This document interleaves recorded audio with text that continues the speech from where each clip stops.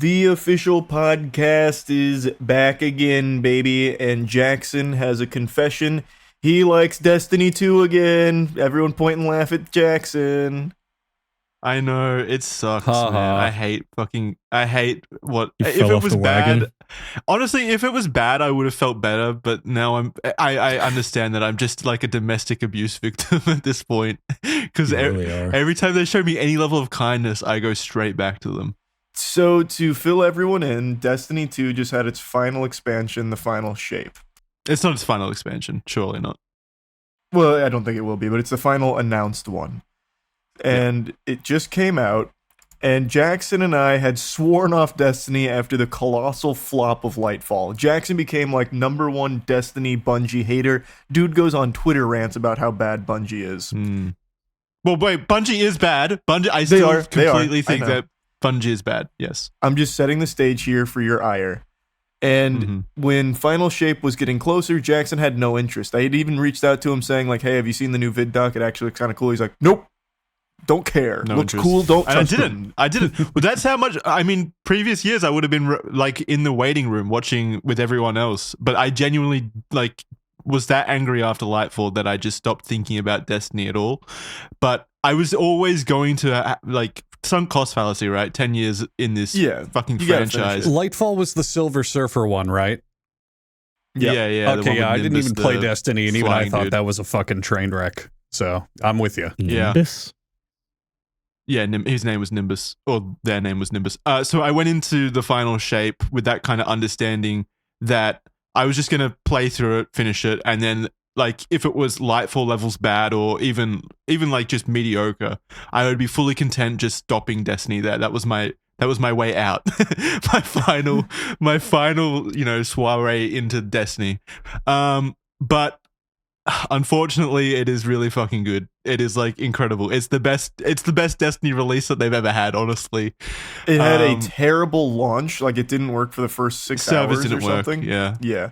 Yeah. And then once they finally started working, everybody lost their fucking gourd over how good it was. And I finally watched the raid.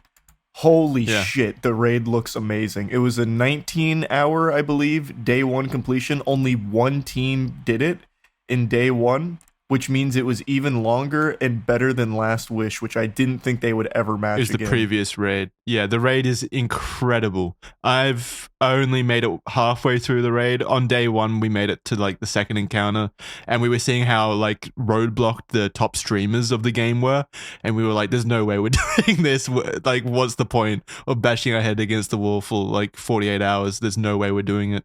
So we bowed out at like encounter 2, but even finishing like encounter 1 like is an accomplishment with the raid. The raid is like incredibly difficult, especially you remember the previous raid last year with Lightfall, how Root of embarrassing that Nightmares. was. Trash, yeah. That trash raid. And then like I don't know, I just went into this whole experience with, I don't know what the like negative faith in Bungie. Like I was fully expecting just like dog shit just to cap it out, but I don't know that when their back is pressed to the wall, they always come out swinging, and I just wish it wasn't that way. I wish they just put out this kind of caliber of content every single fucking time, because they're clearly so capable of doing that, and yet they refuse not, which is almost more offensive, right? Like, it's not that they're just inept, they just choose not to do this. They just choose to put out mediocre shit each time because they know Jackson out there will buy it each time, which he will, and then only they get you. away with it. Yeah, I was using Jackson collectively for all the Jacksons in the Destiny, fan base. And there's a lot of Jacksons. Oh yeah, there is a lot of Jacksons. I don't know how you could have gone through Lightfall and still been like pro Bungie after that expansion, and that's why I'm still not pro Bungie, because like I know now that they've got the positive reception from this release, like I'm fairly confident that the next release, the next major expansion, will be dog shit again.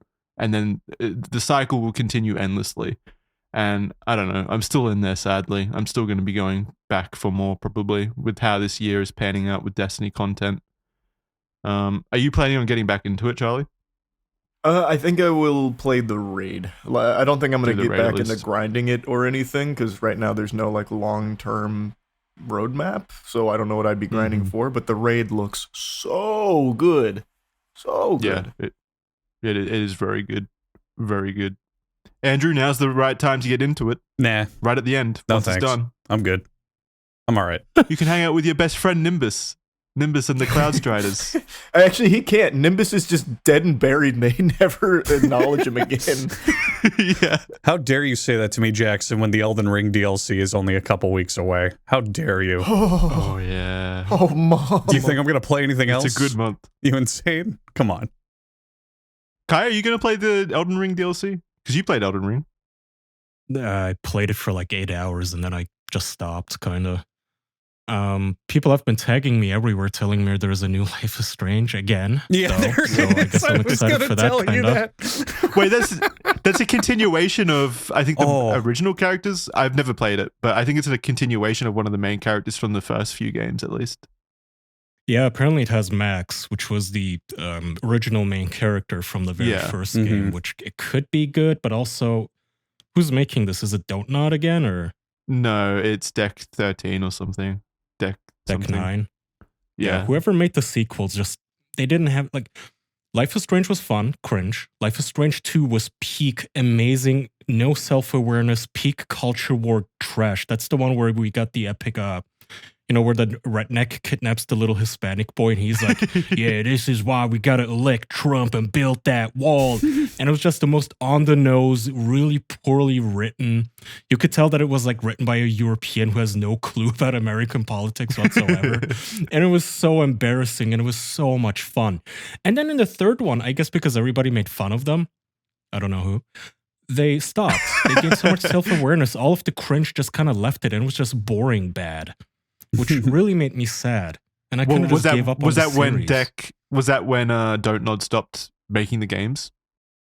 I could be. I don't remember. They also came up with a prequel about the other chick. I forgot her name. Yeah, I don't know, the blue-haired one. So here's I'm confused as to how you feel about the games. I don't know if you actually enjoy them as games or like as works of art, I guess, or if it's just fun to laugh at them. Fun to laugh at them. I like things that make me laugh. So even the first game was like that? It wasn't something that was like actually something that you enjoyed for the game itself? It wasn't as funny cringe as the second one. The second one is really the peak Life is Strange game in my opinion, but the first one was decent too. Yeah, that's where the whole Hella thing comes from, remember? That's hella lame, Max. And she just says it so much. People they didn't compilations. Okay, yeah, I was gonna say they didn't create Hella though, but yeah, that He was like was talking about like the time period. meme of it. Yeah. I remember everyone used to say Hella at that time. Kaya, did you ever end up playing True Colors? Life is Strange True Colors? Yeah, that's the third one. And it was boring. Yeah, I do remember you talking about it because I watched a playthrough of it recently just as like, okay, let's see what the fuss is all about. What does Kaya keep talking about? They are some of the worst written games I've ever seen in my life. No, they're terribly written. And it's also mind-boggling how poor they look. And it's not just art style. They kind of just look like technically bad, where the blur is just all messed up. And when they have the background blur, but for some reason there's like an outline around the character where it's still sharp. Like aliasing. And despite using Unreal Engine, and Unreal Engine at this, nowadays a fucking 12-year-old can take like a Mario 64 model and put it in a super realistic city from the Matrix movies and stuff and have it look amazing. I don't know how they fucked that up. But no, True Colors was awful. I don't even remember the story to that one. Is that the one where the main character's superpower is feeling empathy? Yeah. Yes. It is. Yes. Yeah, it's super empathy. Yeah. I know when somebody is sad. Yeah. Because I can see red around them or something. No, that's anger. Never mind. Yeah, red was anger. And then, so like you would walk up to a character crying on the rooftop, about to jump off or something, and, oh, she's feeling blue. I'm such an empath. It was so awful. They also made what was that other game with it was about The twins. superhero one. The boy who you're had thinking like about autism. Captain Autismo. Captain Yeah. Underpants or something. Yeah. That one was actually like not as offensive as the third one, but I'm thinking of it was a spin-off. Yeah, I know what you're thinking in the of. same universe. It's like Twins, right? Twins? Yeah, Twin Sanity. Why me? Yeah. Don't tell me why or something like that. Anyway, the main character superpower was remembering stuff. Super exciting. I remember that one. I need that. That would be Tell great. me why. Thank you, chat.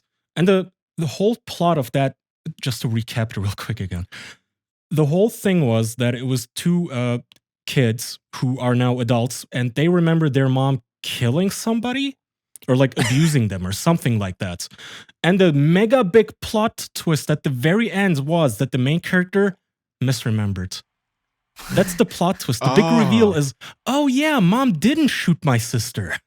It was so fucking but shit. you said the superpower was remembering. So I guess not. They suck at their superpower. Yes. Dude, they just make really bad games. That's not even a superpower. That's like a real phenomenon that happens. There's people on Earth right now who never forget anything because their brain is wired like that. It's not even that. So correct me if I'm wrong, but it's not like a superpower per se. It's just they just happen to remember things. Like it's not like they remember being in the womb or something like Terrence Howard claims. Like I think it's just they literally just remember shit.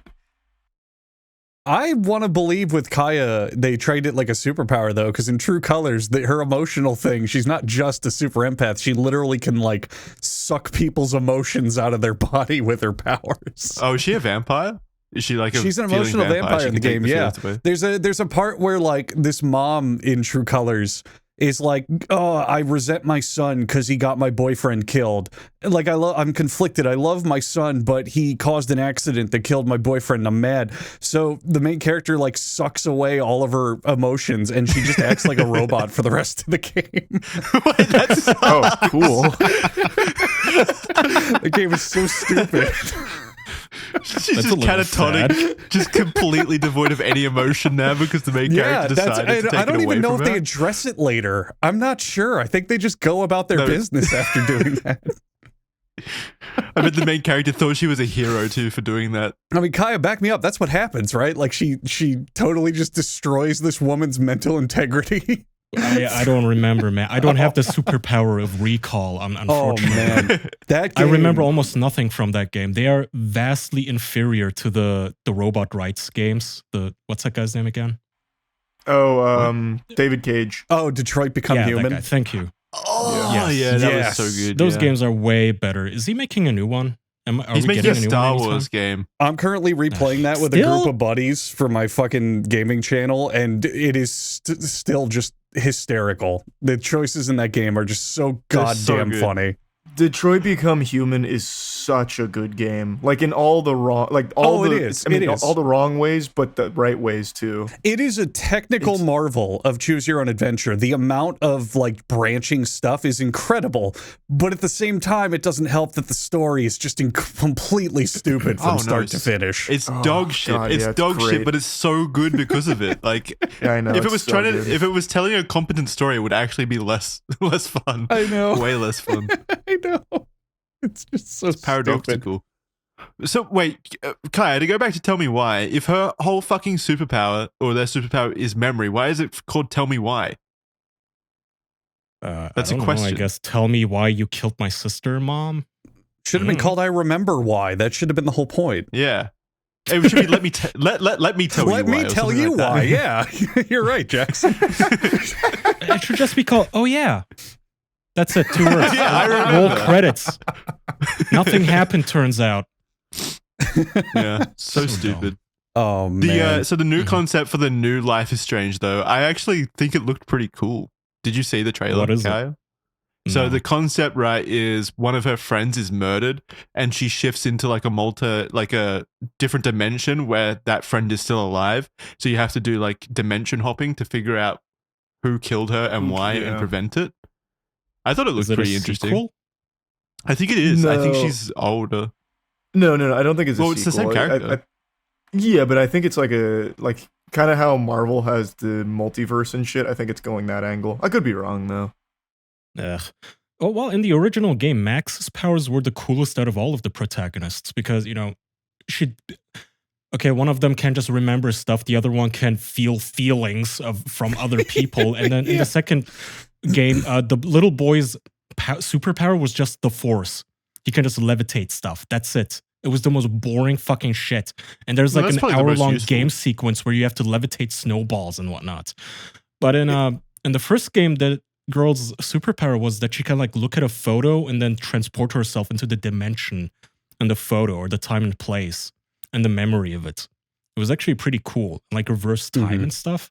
She was by far the most powerful, so I'm glad they're going back In to True it. But Colors, I don't know if it's gonna be the same. In True Colors, they could solve your issue with competent writing because in that game, there is one time where her emotional sensing powers are actually handy and interesting, and it's when she's at a funeral and everyone there feels like kind of like sad and that feeling of letting go and all that, but one person there is scared. Is happy. And she's like, happy. I forgot what the exact emotion is, but it's different. She's like, why do they feel that when everyone else here is sad and camaraderie? Why are they all scared or happy or overjoyed? And that's the only time in the whole game where that power actually leads to something interesting. The rest of it is literally, she goes to find a kid who's hiding out on some cliffs, like doing kid exploring shit, and then he gets stuck and she's like, oh my god, he feels scared. I can't believe it. No shit. My emotional powers tell me he's afraid. That's why he won't cross the ravine. It's like, no fucking shit. How does that help anyone knowing that he's scared? He could just tell you, probably, if he wanted to. Do you remember how that game ends, Kaya? The what? Do you remember how that game ends? The ending of that game? No, not at all. I vaguely remember like a mine shaft in a hospital of some sort. It's one of the coolest endings in game history ever. So the main villain betrays the hero. You think he's a good guy, he's not. And he shoots her and throws her down a mine shaft, which she somehow survives. She's like a 19-year-old girl who got shot in the face and thrown down a mine shaft, but she's fine. And she stumbles through and discovers literally all the plot twists. Like, oh, that's why the mine was this big conspiracy, and that's why the guy is evil and all this shit. She finds it all down there. She somehow gets out after walking a mile on like a shattered ankle and a bleeding broken rib cage. And she opens up a conveniently unlocked gate, which the whole game they make you believe is locked. Then she goes to a bar and she goes, this guy is a bad guy and you know he's bad. You have to believe me. Look at me. I'm hurt and he did this. When at any point she could be like, I have evidence, or he shot me, analyze the bullet wound in my face or anything. She never says any of that. She just says, he did it and I know he did it. And then eventually, using her emotional powers, he feels so bad about it, he starts crying, and that's what gives away he's guilty. That's the end of the game. Why would he fucking cry? awesome. It's so That's bad. so fucking stupid. It's such a stupid game. It really, really is. Since you brought up the new Life is Strange, I'm curious your guys' take. You know that cliche in a lot of movies that deal with like time travel or like dimension hopping, where they go to someone who's dead and they're like, this is very heavy, but in my dimension you die, and they have like that like breakdown. How would you guys react if you had someone come up to you and say that?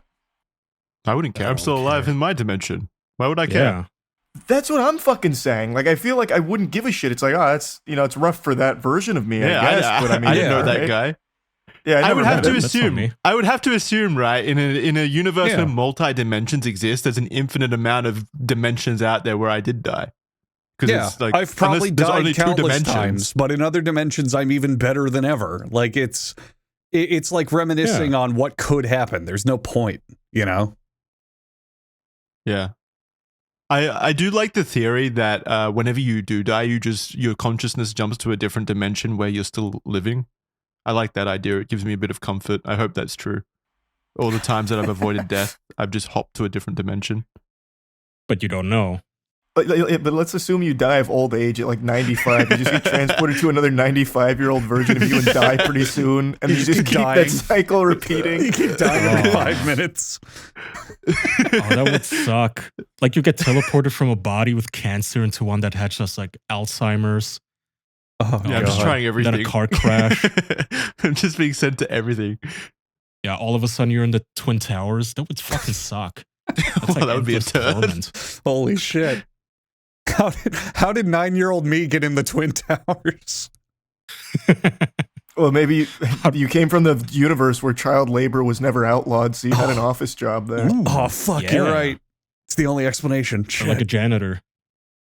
Wait, so but no, the solution, the answer to that hypothetical though, Charlie, with dying of old age or whatever, is you keep hopping to a different dimension where you live a day longer, and you just keep doing that until like they solve the issue of aging, and you get to live forever. Basically, like that's the idea behind that whole concept of time hopping to survive. If there's infinite possibilities, like nonstop infinity, there has to be one dimension where all the stars align and everything perfectly aligns, where somehow you just live forever. Somehow you're the first human being ever. And you would keep hopping to it, which would There's be a great. really cool movie Kaya recommended to me back when we first started being friends. It's called The Man from Earth, and it kind of deals with that, where it was just a guy, a caveman, who got super lucky that his body is just kind of perfect, so he never dies. He maxed out at a certain age. Oh yeah. Actually, okay, now I remember. I was gonna say so the way the movie goes, I'm gonna spoil it. So if you want to watch it, skip the next, I don't know, 60 seconds.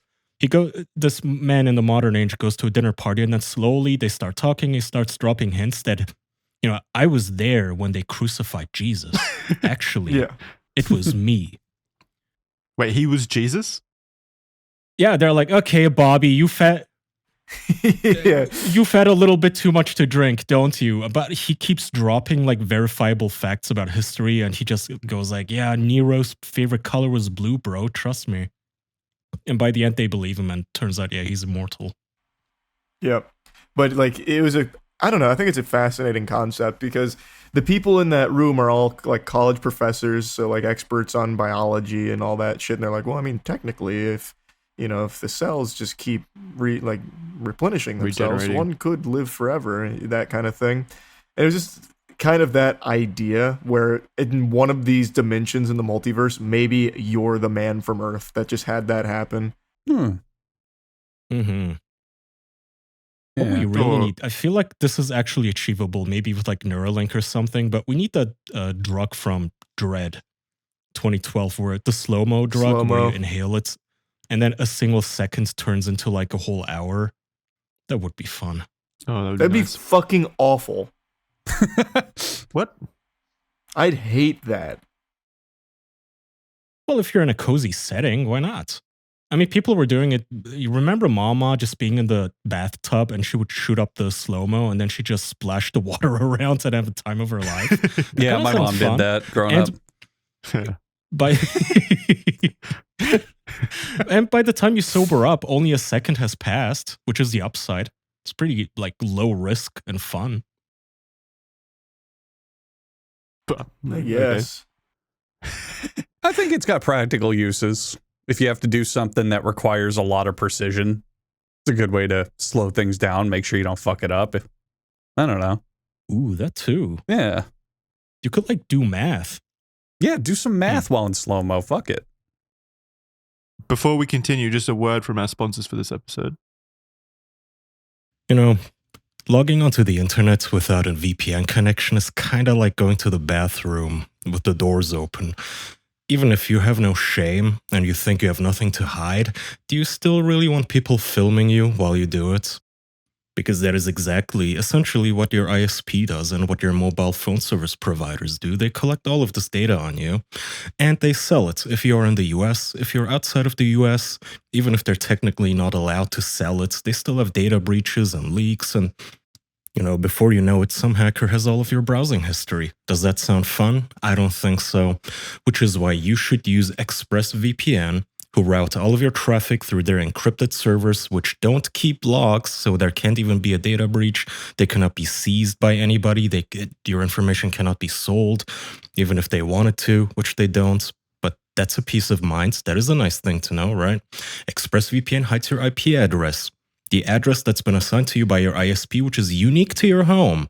But with ExpressVPN, you share the same IP address as many, many other people. You could be sharing the IP address with some random guy in France, and the sites you use will be none the wiser. It's easy to use. You can have it on your laptop, your console, your phone, your router, everywhere. I use ExpressVPN to do all of my browsing and all of my film and TV show watching because I don't want to get BS letters from my ISP in the mail. So, You should get ExpressVPN at expressvpn.com/official. That's expressvpn.com/official. And you get an extra 3 months free. expressvpn.com/official. What do you guys think? What do you guys think will happen to solve the immortality question? Do you think we'll actually like replenish ourselves? Like technology will catch up and we'll be able to replenish ourselves through like stem cells or whatever to live forever? Or do you think it's more likely that we'll just be digitized? Like they'll just scan our brains and we'll live forever in a digital body, basically. I think kind of going in the direction of the Neuralink, there'll be like little implants that'll like force the cells to regenerate or something like that. I mean, both scenarios where technology is really the thing that leads us to living longer and longer scares me because of the concept of it becoming a subscription model. And if you can't afford the subscription to your Neuralink or whatever, Jackson, you just fall over dead. You're like those dudes who tried to stave off death with cryogenic freezing. And they signed up for a big company, where it was like, we'll freeze your body when you're about to die, and we'll thaw you out when we have a cure for your disease or for aging or for any of them. And the company went defunct, so they just shut down all the facilities. And when they opened up the tubes, the people had just turned into fucking slush. Their bodies just liquefied because they weren't properly preserved because the company had no electricity. It's so fucked. That is fucked. Yeah. Oh, man. That was funny. I mean, to be fair, at least it's like a no-risk gamble, right? I mean, if they revive me, they revive me. If not, I was going to be dead anyway. But yeah. True. I guess it's only a positive if they achieve something. Otherwise, you're dead regardless, so it doesn't matter. I'm just saying, if immortality was a thing, like if that was something that we were going towards, I would want it to be just a one-stop purchase, just like in a syringe that I just inject into myself and I'm good forever. No, it's going to be software as a service, and Adobe is going to be the god of the new world. They're going to be selling you your fucking subscription. Jackson, what lengths would you go to keep it up? Like the guy, who's the billionaire we talked about where he's injecting his son's blood into him? Would you do what Brian Johnson does if he clinically 100% proved it made him live forever every single day? Oh, well, yeah, of course I would. If I was guaranteed to live forever, I would inject myself with stuff, yeah. I mean, he does a lot of stuff, though. Yeah, no. There's a question eventually of like, does the work, outweigh the benefits? You know, like if you're spending 18 hours a day, doing things that you don't want to do just to live longer, are you really living longer at that point? Right. Because you're just taking up more time doing shit you don't want to do. So I don't know. But if it was just like an injection, I would inject shit into me every single day. If it was easy. I was just going to live longer. Literal shit? Shut up with your shit. I think the ultimate solution is if life just had a stop button, but it's like it didn't stop until you wanted it. Like if you wanted to keep living, go, yeah, I'll live another 50 years, fuck it. But if you ever wanted out, it's just like, okay, I'm done. Stop the injections. But what if you get no, that's dangerous. What if you get like drunk and accidentally like hit it, or like you don't believe that it works or something? Hey, check this shit out, guys. I'm hitting the stop button. You just crumple over. No, that's why you need like two-factor authentication or something, or like an accountability buddy. An SMS. You have to both insert the key and turn it to kill yourselves. You press the button and you have to do one of those like captures where you have to rotate the items and check the dice numbers and input those. Oh, the captures to prove that how many stones are on this sand. Oh, I hate that one so much. Yeah, I was gonna say with the subscription model, I'd probably die in the most fucking stupid way possible. Like I just forget to change it over to my next bank account or whatever. The day comes, I've got like the money and everything ready for it, but it just you get an email saying you have to update your credit card, but you're like, I'll read this later. Yeah, you just swipe it. It goes to your spam or something. They'd have to send you past due notices, though. I would imagine. They'd have to. Well, I know that if it were me and that were my situation, I would check that fucking account twice a day, every single day. Yeah.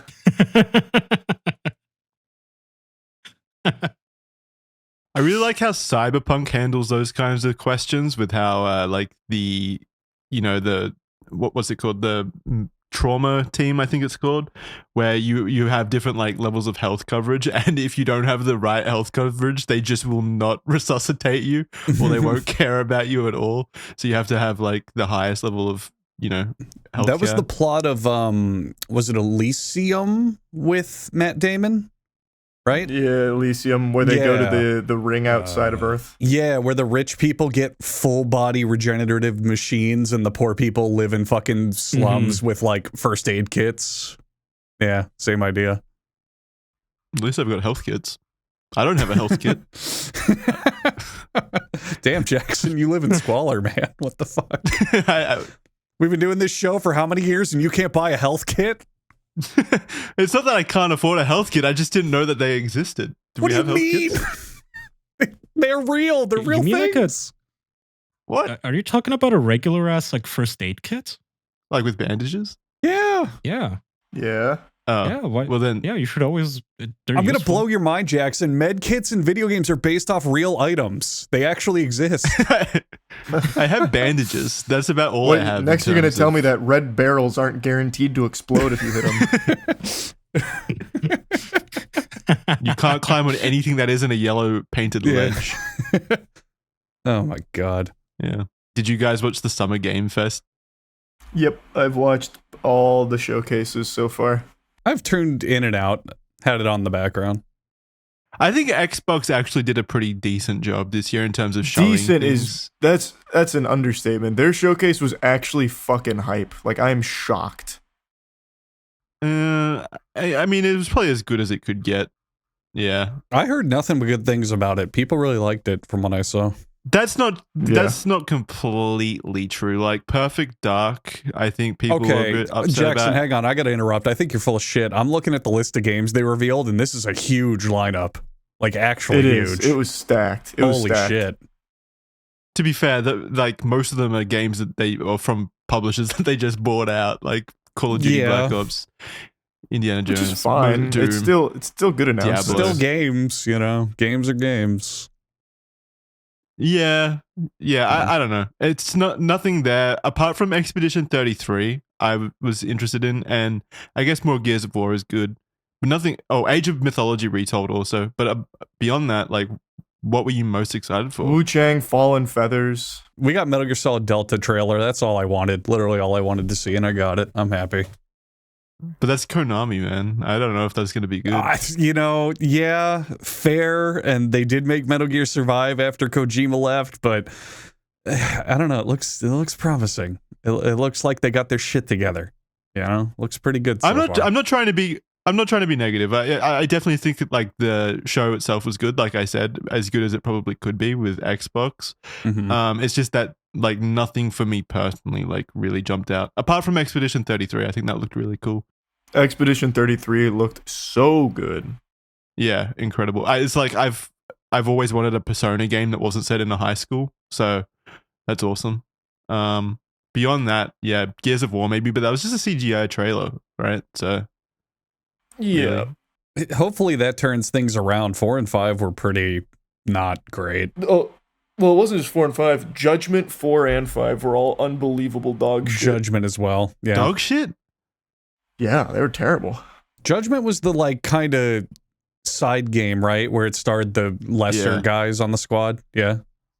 Yeah. Judgment was the spin-off game. 4 was, I hated 4, and I didn't even finish 5.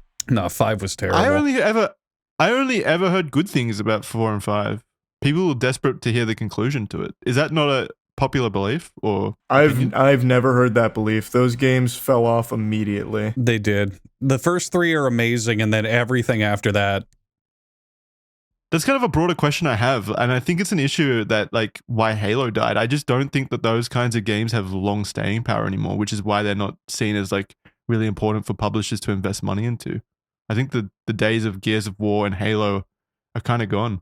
I would disagree because Call of Duty is still going strong, and that popped up around that same era. That's because they literally never stopped. I feel like it's because Halo and Gears of War took time off, basically. Oh, so they lost momentum. Yeah, they lost momentum. Like, you literally cannot go I don't think that's a year. Okay. I just don't think that's the only reason why, because you still have like new kids filtering into Call of Duty every year. Like they're still interested in it. It's not all just old heads. It's mainly kids, actually, I would bet. That's because it's still popular. It's popular each year. Like getting kids, this is weird, but getting kids to play Halo now is a harder sell, I think, definitely, because it's like, it's just not seen as a popular game. I don't think they only play it because it's popular, though. They play it because it's simple and it's fun. Halo is just not really fun. Like, it's better than it was when it launched. That's revisionist. Like, no, that's revisionist. Everyone was pretty, like, everyone enjoyed Halo Infinite at launch. Yeah, it had no content, though. That's the thing. So since it had no content and it stayed dry for the first, what was it, almost 2 years, people stopped having fun with it. Well, that's what I mean by momentum, then. There was also the single-player campaign of Infinite was pretty bad when people really expected it to be good. That definitely didn't help. It was fine. The campaign was fine, in my opinion. I don't have an issue with the campaign, really. I think the campaign gameplay was pretty mediocre. Like, the open world shit, needlessly boring and derivative. But, like, the actual story and stuff was fine. Sorry, I don't know anything about this, so correct me. Is Call of Duty the one where they announce it's going to be 300 gigabytes? Yeah. Always online. Yeah, it is always enormous. So I think they said that because the game is so humongous, apparently it's way bigger than 300 gigabytes, but they didn't want to make the game bigger, which means they are going to stream textures live to your console as you're playing it, which means that even to play the single-player campaign, you have to be always connected now. Oh, fuck yeah. Kind of just sounds like a roundabout excuse to just use an always online DRM. Yeah. Okay, if you want the textures to pop up, you have to be logged in and purchase the game and everything. Yeah. Totally agree. I get the whole complaint about having enormous file sizes on games. I get the complaint people have, but also, like, what are the developers meant to do with how highly detailed games are getting? Like, the graphics and the audio. I'll throw a counter argument on that. A massive amount of space. I'll throw a counter argument on that because there's two things that bloat games immensely that don't need to be there at all. Number one is uncompressed alternate language audio. I know Titanfall, for example, had a huge problem with that, where when you installed the game, it was like an extra 80 gigabytes, and it was because, well, we need the Spanish audio, and here's the Russian audio, and here's the Portuguese audio. And it's like, what if I'm just playing in English? Why do I need to download this? It should be optional. And the second one is, think about online games as they get bigger. They add in all these extra skins, all these extra particle effects, and these are all things that you have to download because they need you to see it while you're playing, even if you don't own it. Yeah. Someone else might use it. So without those two things, the game would probably be, most games would probably be much smaller in size. And a lot of the time, they're things you really don't need that just don't even show up, you know? Yeah, like 300 gigabytes is way too much. Yeah. It is, but they are working on the problem. I follow a lot of like graphic programmers on Twitter who are regularly tweeting like scientific papers that they're working on for better texture compression models. There's also procedurally generated textures you could use instead of gigantic like 8K photos. Yeah. I don't know, 300 gigabytes. It does sound a lot, but I kind of see Jackson's point. Like, it is 2024, not to trot out the cliche. Like, what is a AAA studio supposed to do? Thankfully, storage is getting cheaper. Yeah. I don't know about consoles, but at least you can buy like a 4 terabyte SSD nowadays. Can you still choose which parts of the game to install? Like, if you want just the multiplayer or just the campaign? Do we know? I don't know. I know there was a thing with the first Modern Warfare remake. I think, you're right. I do remember that. I can't remember if the newest one had that or not. I feel like that's another problem with all of this, where, the game can be 300 gigs, but if, let's say, 200 of it is multiplayer because of all those skins and all that shit, what if I just want the single player? Let me just install that, and that'll absolutely cut down on the Xbox and Microsoft were doing some pretty cool things. I don't know if they're still doing it, but back at the launch of the Xbox Series X, they were admittedly doing a pretty cool thing where you could start playing while the game was downloading and installing, like early. I don't know how it works. Yeah, which was a pretty cool concept. I don't know if they're still doing it though, but that could be a Switch has something like that too, where it's like after 40%, it's ready to play and it streams the rest, something like that. Yeah. You know what's funny? I think this is all gonna loop back to where you're gonna have to buy games in boxes in a like physical module that you plug into your console again. Like a That'd be cartridge or fucking Blu-ray. awesome. That would be so bro, fucking I mean, what awesome. else are they gonna do? Like 10 years from now, when these games are like 10 terabytes each, they're just gonna have to literally ship you an SSD drive that you plug into your console. Yeah, right? like an actual cartridge. We're gonna go back to cartridges essentially. Mhm. That's gonna be so fucking cool. Physical media, baby, it's back. Yeah. Bring That'd my be so N64 plastic fucking octagon or whatever trapezoid, plug it into the console like that, have it take up half the thing. I want that. That's perfect. Literally. Jam it in Literally there. Just a Old USB. school. Pull it out, blowing Retro. it, put it back in. Now it works perfectly. That's a console to me, baby. I want to take a maybe controversial stance as well, long as we're talking about this Xbox showcase. What do you guys think of Doom: The Dark Ages? Can't fucking wait. I'm excited, but I also think it looks kind of worrying. I don't know. The Why? gameplay looked kind of slow compared to Eternal based off what they showed off. No. It's probably just for the trailer. No.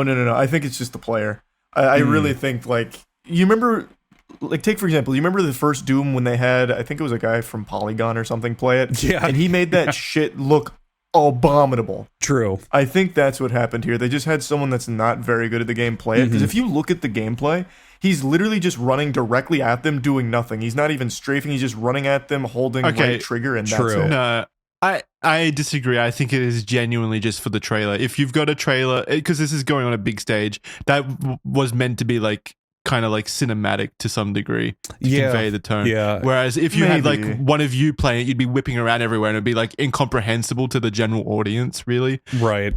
So that's why they were just running straight ahead and using their weapons to show off like the cool new weapons and the cool new animations and stuff. That's while still definitely like making possible. it sync with the beat Yeah. of the song and stuff. I think that's a big part of it. I think watching that trailer, like, I'm excited for the game. I loved 2016 and Eternal, both great. Think this will be great. But that trailer just, it gave me a bad impression, I think. I think it just made the game look slower and not exciting, you know? After Doom 2016 and Doom Eternal, I feel like they have a pretty good grasp on what people want from Doom in terms of like I don't think they're going to go fast-paced. backwards. Yeah, True, I true. don't think so either. I think my argument But, I would mean, be is if it was a new They were just bought IP, by Xbox. Phil Spencer probably went in there and saw what they were working on. He's like, "This is too fast. Go back, slow it yeah, slow it down." casualize it, slow it down, add emotes. Yeah, But yeah, I think if it was a new IP, I'd be like, might be cool, I guess. But the fact it's Doom, it has that little bit of assurance. But I guess what I'm saying is I thought the trailer was kind of shitty. Like, the game would probably be good, That's but the fair. trailer just did not do it for me. They could have done way better. At least I think. I think it's a cool concept. I like that they're not just going, continuing along with the Doom Eternal kind of that kind of direction, still in modern era or whatever, and going back to the Dark Ages. I think that's a really cool aesthetic for the series to explore. Mhm. So I'm down for it. The other highlight of the show, and it's not even a game, but Diablo 4, that cinematic was so fucking good. I wish the game was good, but that cinematic is great. Well, apparently the game is good, and I'm thinking about getting back into it. Apparently, it's in a pretty good state right now. But Jackson, But, you have Destiny like- and Assassin's Creed to play first. Come on, man. Yeah, I can't Yeah. I can't add another live service. I love your Capped. plate of games. It's like the worst game community, or the worst games that communities shit on all the time. Next, you're gonna get addicted to Overwatch. You were addicted to Overwatch. That's you. Projection. Yeah, a while ago when it was still fun and good to be addicted to No. Overwatch and not embarrassing. I didn't play Destiny at all this past year and a half. But they got you back in with that new expansion, damn it. Because it's good, God damn it. Because it's good. If they make is. good games, I'll be Okay. there. Okay. Yeah. I believe you. A game. You know what I'm sick of though from video games, and I was kind of hyped for Dragon Age, but Dragon Age: The Veilguard, that aesthetic, that like super cartoonish kind of aesthetic, Yeah, I is don't so like it either. off-putting to me now. It's so annoying. I hate it. Like they can't is it make called? anything like Dragon Age: The Veilguard. Like Dragon Age, the previous games were kind of like gritty and not realistic, but like they had a more of a, you know, gritty tone. And then going to this where it's all like colorful and the characters are like hyper stylized and stuff, which isn't really a bad thing, but it's just so overused now. I'm just tired of that entire tone. I feel Holy like shit. all games that are announced now. You're onto Yeah. something, Jackson. If you look up the reception of this trailer, people are hating the fuck out of this. It's getting a hugely negative reception online. The Dragon Age one? Yeah. Yeah. Yeah. That doesn't surprise Yeah, me. it kind of looks Is it- generic. That's why. it looks just has that extremely- generic, like it's Blizzard super aesthetic. generic. Extremely fucking Yeah. generic. Yeah. Did you guys see the announcement trailer for that Sony game Concord? It's kind of similar, like this. Yeah. Like, why are they like doubling down on this really generic aesthetic? Because it's proven to work really well, especially Mm-hmm. for kids. They really like the cartoony shit. Yeah, they do. Ugh. It's just It's as the close Fortnite to. Fortniteification Yeah, of exactly. the industry. Yeah. I know. Look, even that photo somebody just posted, it just looks like Fortnite. Is that Yeah. from Fortnite? Yeah. No, that's Fortnite. Valguard. I don't know how they do it Ugh. because they're working on stuff like alongside each other, but they always seem to follow trends with each other at the same time. And the one that I've been noticing is samurai stuff. Everything is Yeah. like leaning towards samurais now. There's a samurai expansion Which for I'm the fine finals with. coming. It's fine. It's totally fine. But there's like 4 samurai games in development. The finals has a big samurai expansion. Everything is doing like feudal Japan era stuff. And I think alongside that, we're having that style where like Dragon Age with this kind of more cartoony aesthetic, I guess I would call it, more wacky hijinks style adventures, and that just Yeah. sucks. That I'm not okay with. That just ruins games. Well, it's just miserable because I know the writing is just going to be constant quips, and I'm so sick Exactly. of it. Exactly. I've got a counter. I think Okay. it's always been this way. Do you guys remember the first Darkness on Xbox 360? Yes. Oh, well. I remember the That's such a second throwback. one. That's the one I played.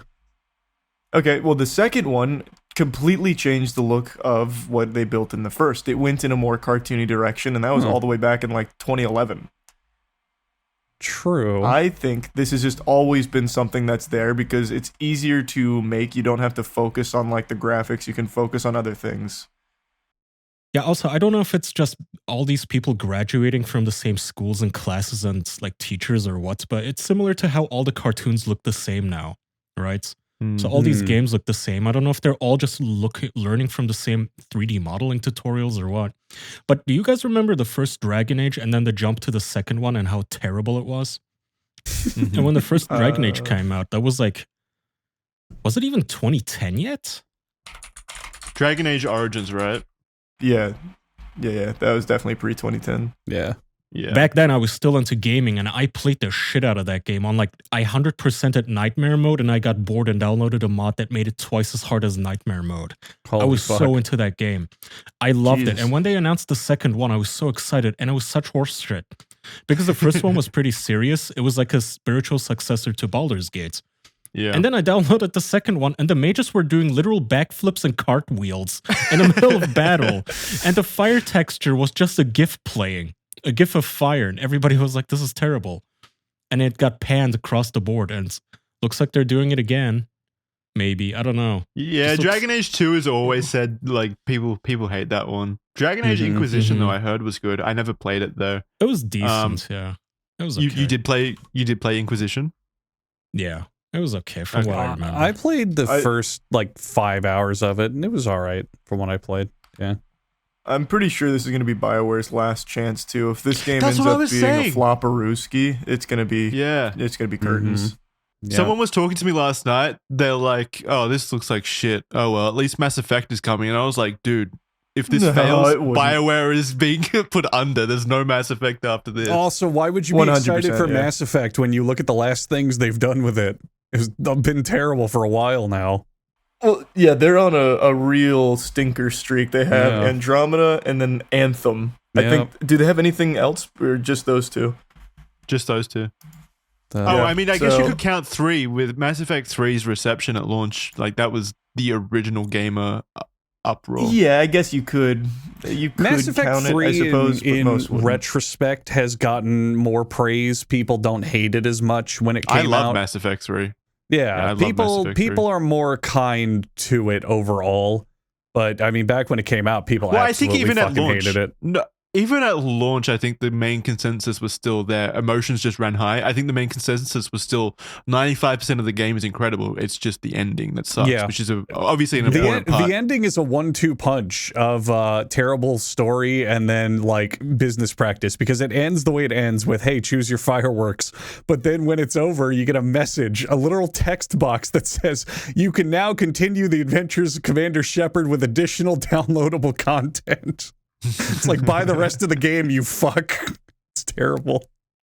So I'm looking at BioWare. It's worse than I thought. So they went from Dragon Age Inquisition, which hit or miss for some people. It was all right, yeah. It wasn't bad. The game after that was called Shadow Realms, and it was a game that got canceled. That was in 2015. From that, they went to Mass Effect Andromeda, which was so offensive that it actually started the moist meter with Jackson and I. Then they went into Anthem, which is one of the worst fucking big budget games in recent memory. One of the biggest flop launches of all time. Yeah. Super floppy. And then they had the Mass Effect Legendary Edition, which is literally like, hey, remember when we made good games? Well, they're back again, and now they have Veilguard. Yeah, and that's been over the span of 10 years. And just a reminder, just to show how fucked, how absolutely monumentally fucked the industry is. Mass Effect 1, 2, and 3 were all made in the span of like 4 or 5 years, and it's been 10 years since that, really. And they've only had 2 games released in 10 years. It's an old man opinion, but I stand by this, man. Games are too big now. There's too many moving pieces. They need to just cut everything back, scale everything down, focus on another story and small gameplay improvements. That's all a sequel needs. That's what I was saying before, though. I literally don't think the industry can do that now. I think because, like I said, like with Halo and Gears of War, I think it's an age that's just gone. We can't go back. Yeah.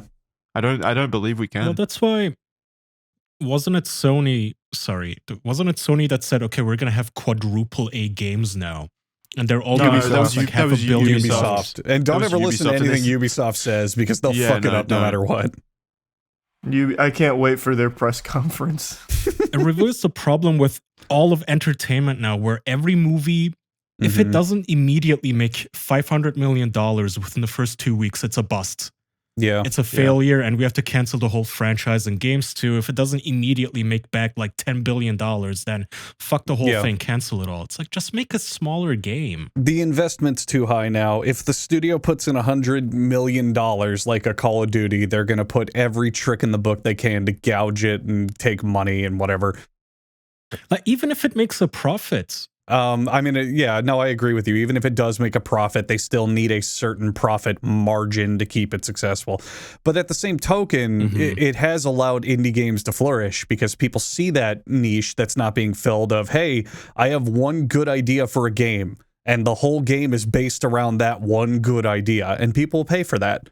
There's so many indie games now that come out and go, here's my gimmick, and that's it. And everyone goes, wow, that looks great. And what, it's $10, $15? I'm sold. And it's good for them as well, but it's not good for the industry, you know? I think 8 of the 10 games on the top, whatever games on Steam currently are from indie games. Oh, that was just during the indie games. That was the Sony event, I think. Or no, Summer Games Fest, where they said the top selling indie games every month, except Dragon's Dogma 2 was the only non-indie game that topped the Steam charts each month. Everything else was an indie game, just to show the market is changing. Which is showing. No, it's showing it's trying to show these big video game publishers that there is a hunger there from the general market to kind of have these more niche and interesting games. We don't want those enormous games as much, and that they can take these risks. They don't care, because the risk is still too much. It's not just risk, it's just not enough money. If you have an indie game that some guy made in his own apartment over the course of like a year, and it ends up making him $50 million, that's nice, but we're looking for like $2 billion. Yeah. You know, not good enough. You just making a profit and being super successful isn't enough. It has to 100x our investment. But Yeah. it also has to be long-term profit It generating. has to be long-term milkable, which is why every fucking video game now has to have that like screen. The main screen is just now a lobby screen, a login screen with advertising and a shop and buy this and events going on. Yeah. I literally don't know how they did it, but to bring it full circle, I really think Destiny is the only one that's accomplished this. Like, they literally are. Okay. Name another one. They've been going for like 11 years at this point, and people still like it. Almost exceeded GTA. Grand Theft It almost Auto. exceeded the amount of players. Grand Theft Auto playing. blows you out of the water. Thanks, Kaya. High five.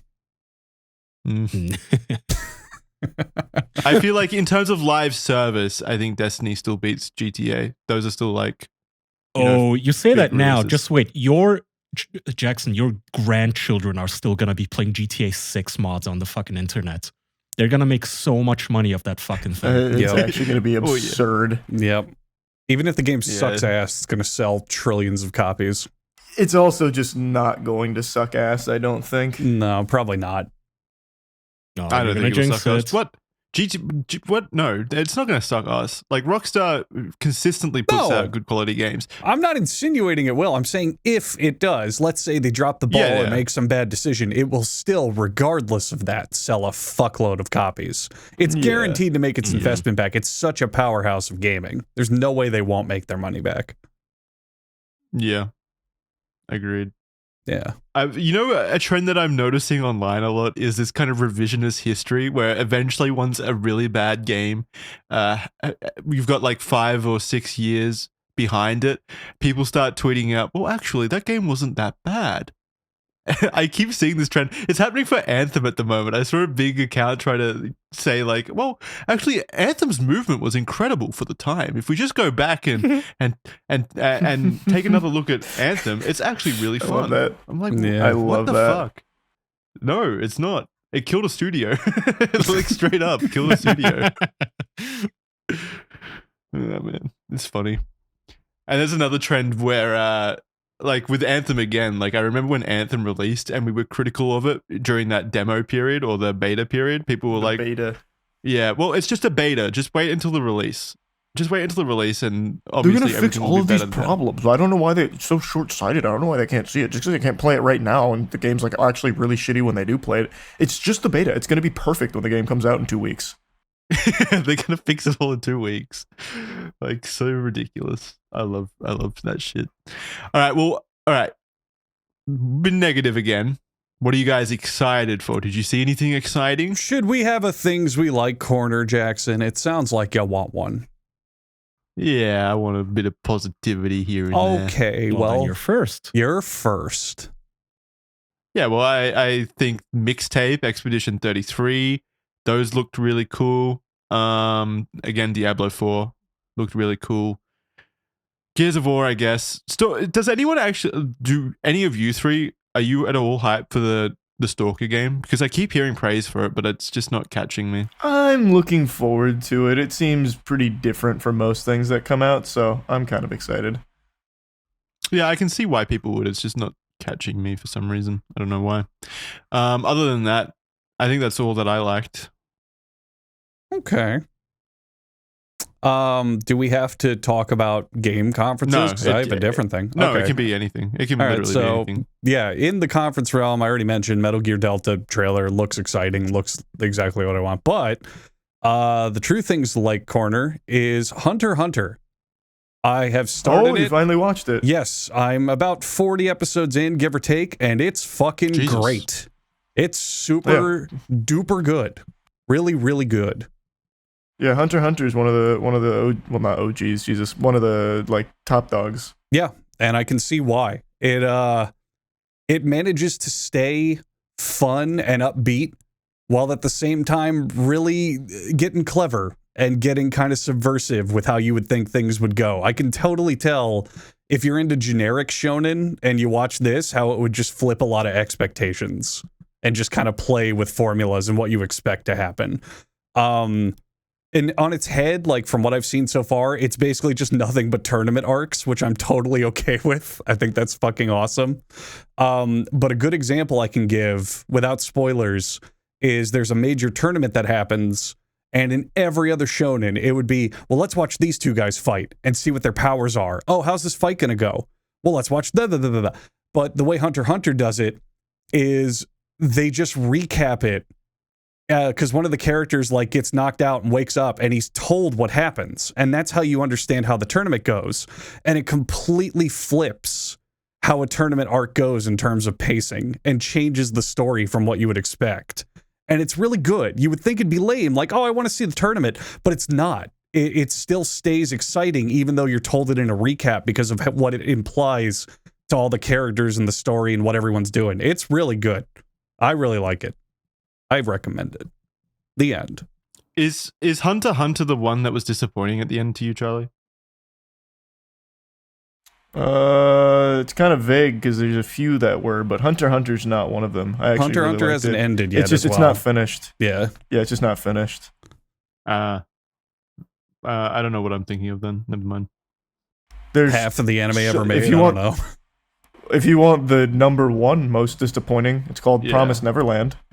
Did that end in a tournament that was disappointing? That it was like a slideshow or something? I vaguely remember you telling me about. You've combined two things. Yu Yu Hakusho, actually made by the same guy who made Hunter x Hunter. Mm-hmm. He ended it because he said he was tired of working on it, so he just abruptly concluded it. And that ended with a tournament arc where he loses in like the first round, and he's asleep for the rest of the tournament. And they just say, "Oh, this is the new Emperor of the Demons now. You can go home." That's one of them. And the other one that you've mashed with it is Promise Neverland, which ends in a 15-minute slideshow. So season 2, they speed run like the rest of the manga, so they'll combine like an entire volume in like one episode. So it's so fucking dog shit, and it ends where like everything happens all at once. So they get to like the bad guy, they're like, "You're defeated," and he's and like the bad people are down. And then it goes to a slideshow, and they basically just voice over it saying, "And then we did this. And then we shook hands and there was peace. And then we went back to this portal. And then this. The end." Yeah, that sounds so fucking miserable. It's classic writing. Was so bad. Yeah. Dumb. That's just peak. You're just too simple-minded to understand how genius it is, Charlie. Come on. True. It did subvert my expectations. I thought I was getting an anime, but I actually just got a Deviant Arts show. Oh, that's so it's like what they do at the end of RPGs to show like what your decisions had like impact on. It's all just a slideshow of like where the characters end up. Yeah. Yeah, pretty much that. It was so bad. It was offensively bad. All right, what about you, Charlie and Kaya? Anything to like this week? Something I like. Can I do a repeat? I mean, I guess. Is it Commander? Magic the Gathering. I knew it. Still Magic. A new Magic the Gathering set came out called Modern Horizons 3. These fucking cards are loony. Like, they are so cool. What's the biggest pool that you've had? The biggest pull I've had is an Imrakul. So they have a new Imrakul in Modern Horizons 3. Yeah, and it's a really fucking cool one, actually. So he does something similar to the previous ones where you take control of your opponent's cards, and it's really fucking fun. You getting back into it, Andrew? I mean, I wouldn't mind playing every now and then, but as for getting deep into it, probably not. I think I've passed my time for that. Is there anything like, so are you just completely apathetic to it, or do you like literally hate what Magic is doing? So I hate the company because they're making the game Fortnite. This is exactly the same as Destiny. Well, yeah, everything comes back to Destiny with you, Jackson. We all it literally is. It's like it's interesting to see other people have similar relationships with companies where you hate the company but you love the product at the end of the day, or the thing that they're creating. It's such a whiplash. So what I would describe it as is Magic is no longer a game for me. I played it competitively in it's tournaments. A game for me. It's a game for men, and I'm a little baby, and I suck my thumb and cry. So I played competitively in tournaments, And I really, really loved the combination of actual like stakes strategy. You know, you're playing for prizes, you're playing for money, and immersing myself in it. Like, it felt cool where every rotation of the game was themed. Like, oh, this is the Greek gods era. Oh, this is the cons and battle camps era. Oh, this is the clans and big city era. Like, it felt immersive. You know, it was cool having like different themes as you played. And those were the two things I liked the most. But then modern Magic and Wizards is just the exact opposite. It's all casual, all friendly, and it's literally just Fortnite. Here's the Lord of the Rings card. Here's the Barbie card. Here's the Post Malone card. Here's the Transformers. Here's the Godzilla. That's exactly how I described it, but that doesn't take away from the enjoyment of it, though. Like, I wouldn't play Magic competitively. I don't think I'd enjoy that. But there's almost nothing more fun socially than playing Magic with the boys. Like, I don't know, it's just so fucking fun. No, I get that. I'm not at all putting you or anyone else down for enjoying it. I just think what initially drew me to the game isn't there anymore. You know, I really, really liked... that makes sense. Yeah, like I would sit on my computer the day before tournaments and like look up cards and be like, oh, I could try this, like practice online. Like, that's what I enjoyed, you know? It's kind of like esports, you know, some people love playing Counter-Strike, just fucking around with friends, showing off weapons, playing gun game or goofy shit. And I was the opposite, where I'd be like on an esports team, like actually practicing grinding sets, training, and that's what I found fun, you know? So it's just not a game for me anymore. I'll play every now and then if, you know, you invite me to Commander or other friends invite me, I'll be like, sure, why not? But it's not what initially sold me. It's not what got me to spend all those hours on it these days. The game has changed, is all. Or maybe you've changed. That too. Yeah, to a degree. Yeah, you've changed, Andrew. Oh, Yeah. I'm sorry. I got into drugs and I'm just so fucking cool now. Yeah, what is the magic to drugs pipeline? Does that exist? You won't have money for drugs if you get into Magic. Pretty much. Yeah. Fair. It's like Lego in that capacity, super expensive. Did you guys see that there was a guy, I think it was... That was going to be my thing. I like Grand Theft Lego. I've seen that. That is such a goofy story. What happened? Okay, so for those who haven't heard... Oh, you haven't heard, Andrew? I haven't either. No, not at all. Oh, okay. So a geezer got arrested. A 70-year-old, 8-year-old man got arrested for apparently having stolen almost 3,000 boxes of Lego sets. Which my God. Apparently ranged from like $20 to well over $1,000 in price for each individual box. Yeah. Yeah, like the Millennium Falcon is like $1,000. Yeah, let me post these photos. It's hilarious because they found this man's crib full of stolen Lego gear. Yeah, it's like fucking shelves full of them. Like his entire room is just full of the same Holy set, basically, shit. that he was planning on selling. He stole so much fucking Lego. It's like a Lego museum, except How did it's he like do it? I don't like 20 copies of R2D2, the Lego, and that's thing all stolen. that you can build. Yeah, it's all stolen. It's all stolen. Wow. And his accomplice is apparently, hold on, how old is this fucker?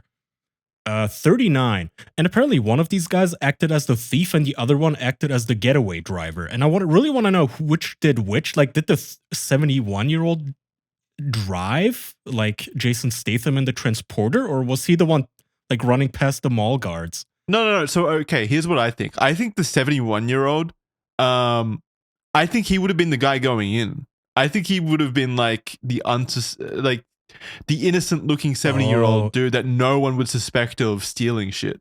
So he would just do it subtly. In a big old-timey trench coat that they wouldn't like be surprised he's wearing, so he could put it under it. It's genius. Yeah, I mean, my assumption would be if like I saw a 71-year-old dude hobbling out of the store with a Lego R2D2 under his arms, I would be like, oh yeah, that dude just bought that. He's going to give it to his grandchild or something. I would never in a million years suspect that he was like stealing all of it. I like this little tidbit here from the New York Times.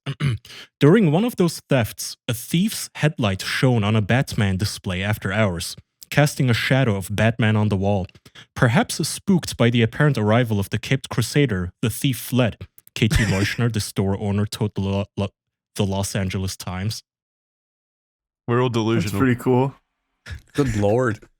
I just like this. It's awesome. It's awesome. I love how the LAPD literally lined up all these boxes like it was a drug bust. Like It's so for good. the photos. These pictures are fucking amazing. Like they just caught the cartel smuggling it. Yeah. So what are we, Jackson? It's You're so the expert good. here. You've got the thousands of hours. What price are we looking at for all this here? Is this like 20 grand that they're sitting on? More? Oh, more than that.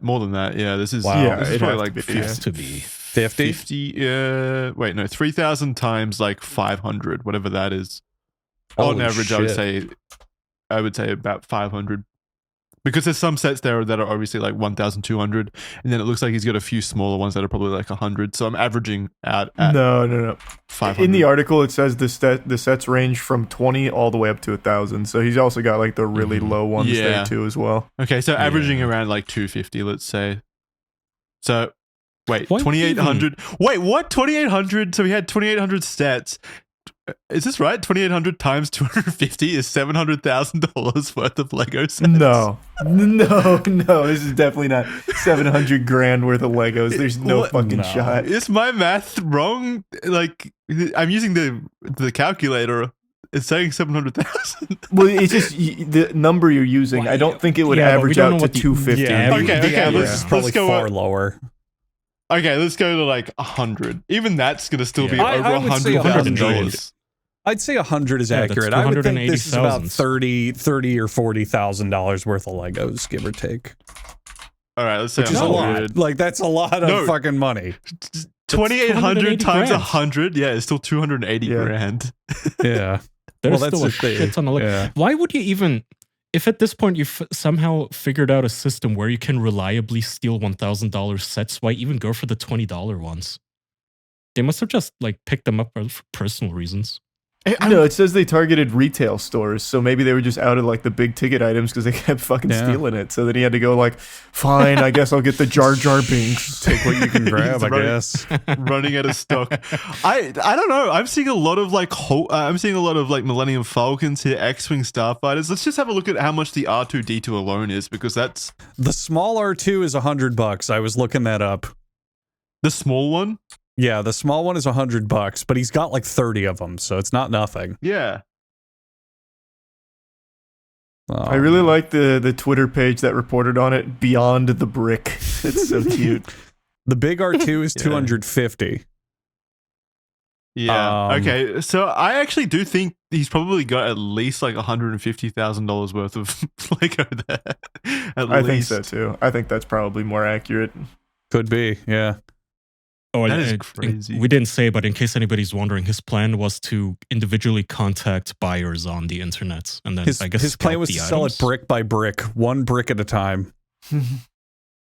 Sellers actually do that, by the way. You can actually find individual brick sellers to make up your collection in case you need individual bricks. How much does one Lego brick cost?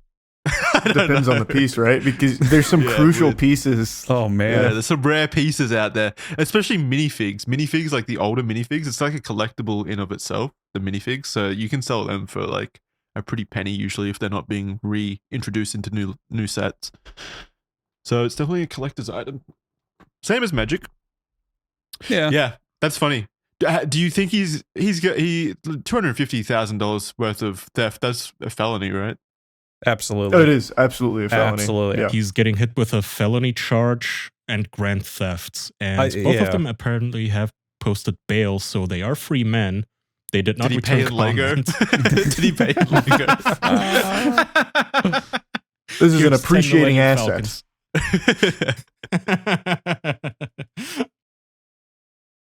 Yeah.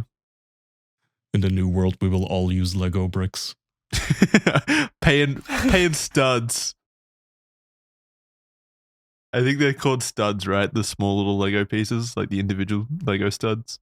Well, you'll be one if you buy all those Lego sets. Yeah, the studs are the things that connect to each other, right? I think they're like The- so the Lego studs are like the little singular, they're like little coins almost. The like individual peg, and not the full brick, but like Yeah, the not a singular brick. thing. Yeah. Yeah, I know what you're talking about.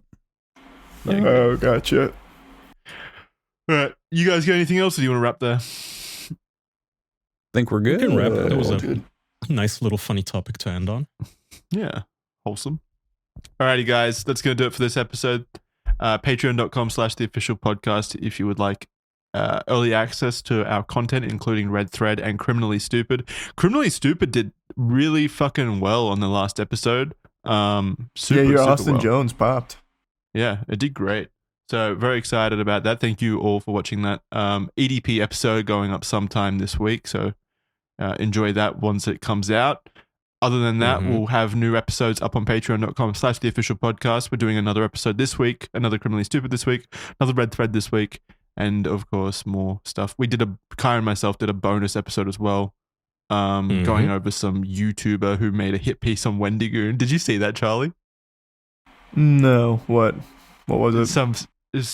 Basically, some guy just went on an unhinged rant about Wendigoon and how everyone in Appalachia is racist, apparently. Oh. It was like a 40-minute I know what you're rant talking about. in which he ties Wendigoon to the potential kidnapping of a politician. But he just kind of smarmily, curious, where was Wendigoon at the time? It's so fucking dumb. I remember seeing some of that on Twitter. I still never actually watched the video. Yeah, it was unhinged. So we got a bonus episode up on patreon.com/theofficialpodcast where you can watch that. Otherwise, this has been the official podcast. We appreciate you guys tuning in still. Thank you very much, and we'll see you next time. Goodbye. Thanks, everyone. Bye-bye. Bye. Lots of love. Bye.